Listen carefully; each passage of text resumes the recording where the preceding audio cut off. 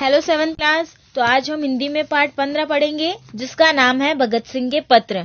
तो नाम से ही पता चल रहा है कि इसमें हम भगत सिंह के द्वारा लिखे गए पत्रों के बारे में पढ़ेंगे। उन्होंने जो पत्र लिखे उनमें से 2 पत्र यहाँ पर आ रखे हैं, तो वो पढ़ेंगे हम।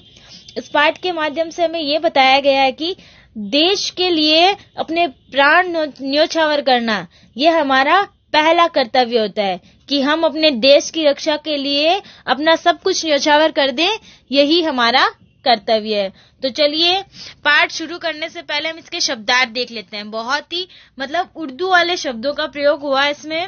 उसूल का अर्थ होता है सिद्धांत, दुनियावी, सांसारिक, ख्वाहिशात, इच्छाएं, बाइश कशिश, आकर्षक, यज्ञोपवीत, जनेऊ संस्कार, खिदमते वतन, देश की रक्षा, वक्फ, न्योछावर, हवालात, जेल, मुंतकिल, स्थानांतरण, जीवनी गालिबान, संभवतः या शायद, फिक्र, चिंता, अमूर, विषयों, अहमियत, महत्व, ख्वामखाह, बेकार में, सवानह, उम्री, आला, बहुत, ऊंचा या श्रेष्ठ, निहायत, अत्यधिक, सलूक, व्यवहार, ताबेदार, आज्ञाकारी।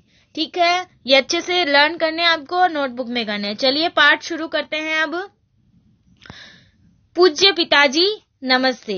मेरी जिंदगी मकसद आला यानी आजादी हिंद के उसूल के लिए वक्फ हो चुकी है। इसलिए मेरी जिंदगी में आराम और दुनियावी ख्वाहिशात बाइश कशिश नहीं है। वो कहते हैं कि मेरी जिंदगी में जो मकसद है कि हिंदुस्तान को आजाद कराना, उस सिद्धांत के लिए मेरी जिंदगी न्योछावर हो चुकी है।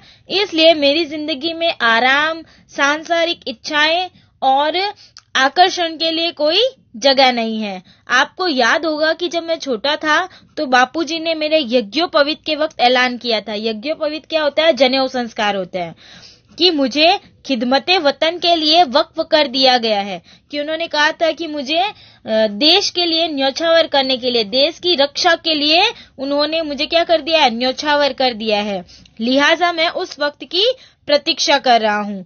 उम्मीद है आप मुझे माफी फरमाएंगे, आप मुझे माफ करेंगे। आपका ताबेदार, आपका आज्ञाकारी, भगत सिंह।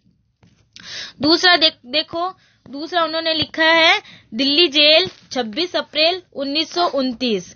पूज्य पिताजी महाराज, वंदे मातरम। अर्ज यह है कि हम लोग 22 अप्रैल को पुलिस की हवालात से दिल्ली जेल में मुंतकिल कर दिए गए थे।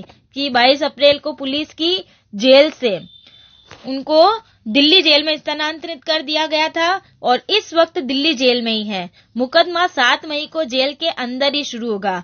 गालिबान 1 माह में सारा ड्रामा खत्म हो जाएगा। गालिबान मतलब शायद, कि शायद 1 महीने में सारा ड्रामा खत्म हो जाएगा।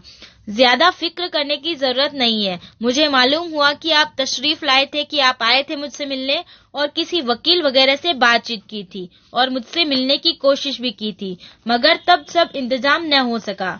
कपड़े मुझे परसों मिले। मुलाकात आप जिस दिन तशरीफ लाए हो सकेगी। वकील वगैरह की कोई खास जरूरत नहीं है। 2-1 अमूर पर थोड़ा सा मशविरा लेना चाहता हूँ। अमूर मतलब विषयों पर, मतलब 2-1 विषयों पर आपका मशवरा लेना चाहता हूँ, मगर ये कोई खास अहमियत नहीं रखते, मतलब ये कोई खास महत्व वाले नहीं है। आप ख्वामखा ज्यादा तकलीफ न कीजिएगा, मतलब आप बेकार में कोई तकलीफ नहीं कीजिएगा। अगर आप मिलने के लिए आए तो अकेले आइएगा। वालिदा साहिबा को साथ न लाइएगा, खामखा वो रो देंगी और मुझे भी कुछ तकलीफ जरूर होगी। घर के सब हालात आपसे मिलने पर मालूम हो सकेंगे। हाँ, अगर हो सके तो गीता रहस्य नेपोलियन की मोटी सवाना, सवाना मतलब उम्री, मतलब नेपोलियन की जो मोटी उम्री है वो जो आपको मेरे कुतुब में मिल जाएगी। अंग्रेजी के कुछ आला नॉवेल्स मतलब कुछ श्रेष्ठ नॉवेल लेते आएगा। वालिदा साहिबा मतलब माँ उनकी। भाभी साहिबा, माता जी मतलब दादी जी के चरणों में नमस्कार। रणवीर सिंह और कुलतार सिंह को नमस्ते। बाबूजी यानी दादाजी के चरणों में नमस्ते अर्ज कर दीजिएगा। इस वक्त पुलिस हवालात और जेल में हमारे साथ निहायती अच्छा सलूक हो रहा है। निहायती मतलब बहुत ही अत्यधिक अच्छा सलूक हो रहा है। आप किसी किस्म की फिक्र न कीजिएगा। मुझे आपका एड्रेस मालूम नहीं है, इसलिए इस पते मतलब कांग्रेस दफ्तर के पते पर लिख रहा हूँ। आपका ताबेदार, आपका आज्ञाकारी, भगत सिंह। तो हमने देखिए भगत सिंह ने जेल से कैसे अपने पिताजी को पत्र लिखे। अब देखते हैं प्रश्नोत्तर। भगत सिंह ने अपने पहले पत्र में बापूजी किसे कहा है? दादाजी को। दूसरे पत्र में भगत सिंह ने किस ड्रामे की बात लिखी है? दूसरे पत्र में भगत सिंह ने उन्हें हवालात से जेल में स्थानांतरित करने का ड्रामा इस ड्रामे की बात लिखी है। मां को जेल में न लाने के लिए भगत सिंह ने अपने पिता को क्यों मना किया? मां को जेल में न लाने के लिए भगत सिंह ने अपने पिता को मना किया क्योंकि उनकी मां उनको देखकर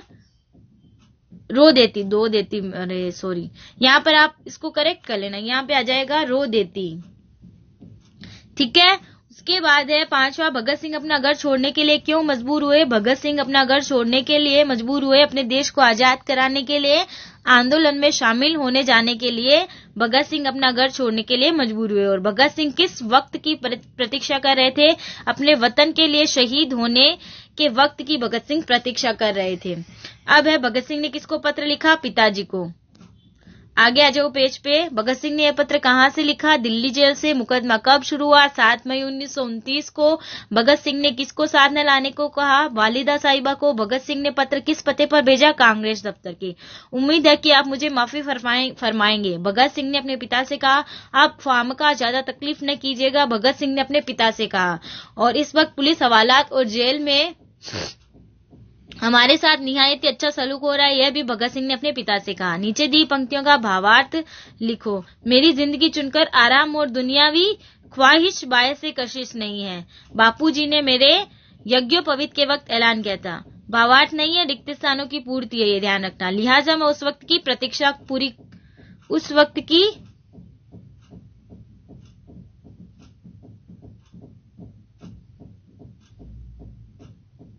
ये पूरी कट कर लेना यहाँ से, ठीक है ना।